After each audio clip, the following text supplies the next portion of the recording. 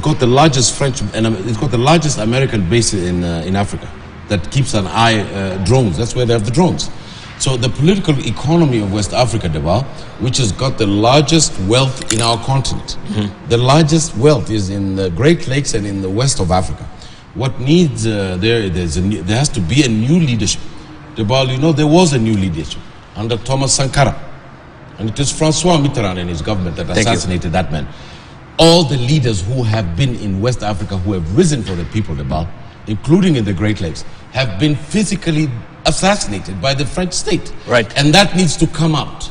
Thank you. So lastly, before we go to Russia briefly, because also time is not really on our side, how is NATO-Russia also influence playing out in Niger and even maybe in Senegal, so to speak?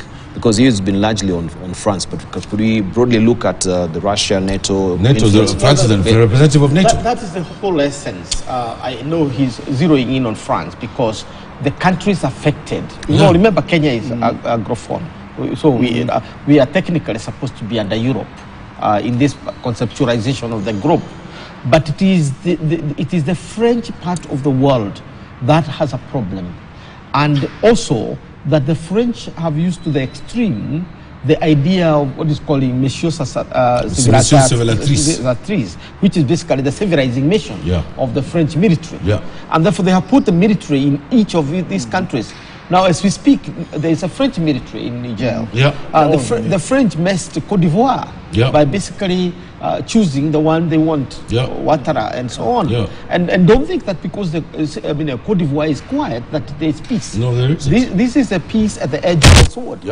Now, so what we are finding in Niger, Burkina Faso, in Mali, and related countries is an assertion that we need to define our own future, our own political future, our own economic future, and our own cultural future.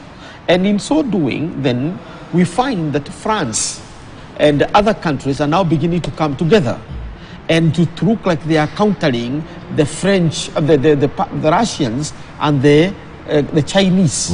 This is what they're saying. And we're back to Samuel Huntington's Crash of Civilization. Now, we never believed in it. We don't believe in it. It doesn't work. We talk about dialogue of civilization is what works. But Europe is, the NATO is pursuing a kind of a crash of civilization. So it's us versus them. And them means the non-Westerners and the Westerners.